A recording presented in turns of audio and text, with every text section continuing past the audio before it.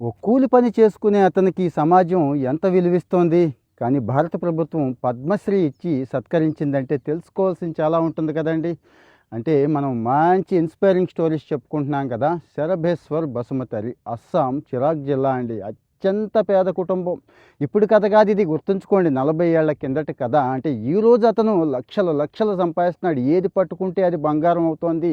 ఏది వ్యవసాయంలోనే అంటే అతని దగ్గర నుంచి ఎంత నేర్చుకోవచ్చు అంటే అంత నేర్చుకోవచ్చు. అతను ఆంధ్ర వచ్చి కూడా నేర్చుకొని వెళ్ళాడు.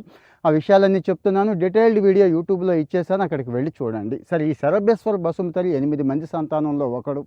అంటే పూట గరవని పేదరికం. వెళ్ళి దుంపలుంటాయి చూడండి, నాటు బంగాళదుంపలు అంటారు. పిచ్చి దుంపలే అవి తెచ్చుకొని పాపం కాల్చుకొని ఆకలి తీర్చుకునే పరిస్థితి. విపరీతమైన కరువొస్తే 80ల్లో అస్సాంలో మేఘాలయ వెళ్ళిపోయాడు. బొగ్గు గనుల్లో కార్మికుడిగా చేరాడు. ఒక కల ఉండిపోయేదండి.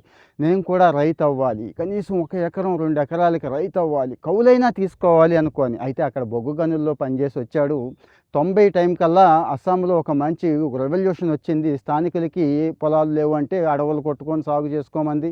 మనోడు కూడా ఆ ప్రయత్నంలో 1, 2 ఎకరాలు సంపాదించుకున్నాడు. అంతా బాగుందనుకునే టైంకి మొత్తం నష్టాలే వచ్చినాయండి. మొదలెట్టాడు. ఎందుకు అందరిలాగే ఆ మిరప, ఆ వంగ అవే వేశాడు. అవే చీడపీడలు, అవే నష్టాలు ఉంటాయి కదా! ఎన్ని దరిద్రాలు అన్నీ ఉన్నాయండి. అప్పుడు అనిపించిందట అతనికి, ఇలా కాదు కొత్తగా చేయాలి వ్యవసాయం అని చెప్పి ఆంధ్ర దగ్గర నుంచి ఇంకా చాలా చోట్లకి వెళ్ళి పరిశీలించి పోక చెట్లు, ఈ మధ్య మనం చెప్పుకున్నాం అనంతపురం జిల్లా ఏంటి, రాయలసీమలో పోక చెట్లు ఒక్క చెట్లు ఏంటని 100 సంవత్సరాలు కూడా దిగుబడి తగ్గకుండా ఇస్తోంది, లక్షలు లక్షలు వస్తున్నాయని చెప్పాం కదండి. అవి అప్పట్లోనే వేసేసాడండి. వేసేసి మళ్ళీ అంతర పంటలుగా పసుపు, అరటి దగ్గర నుంచి అనాస, నారింజ, బొప్పాయి ఇవన్నీ ఏదేస్తే అది దేన్నైనా కానీ ఎలా చేసేవాడంటే ఒక యజ్ఞంలాగా, ఒక తపస్సులాగా పండించేవాడండి. ఇక తర్వాత తర్వాత ఏ రేంజ్‌కి వచ్చేసాడంటే నర్సరీ పెట్టేశాడు. అక్కడే పందులు పెంచడం, అక్కడే కోళ్ళు, బాతులు ఇవి కూడా పెంచడం. అంటే కనెక్ట్ చేసేసాడు. ఆంధ్ర వచ్చి చేపలు వగైరా ఎలా పెంచుతున్నారో చూశాడు. దీన్ని కనెక్ట్ చేసేసాడు. గట్ల చుట్టూ కూడా పంటలేసేసాడు.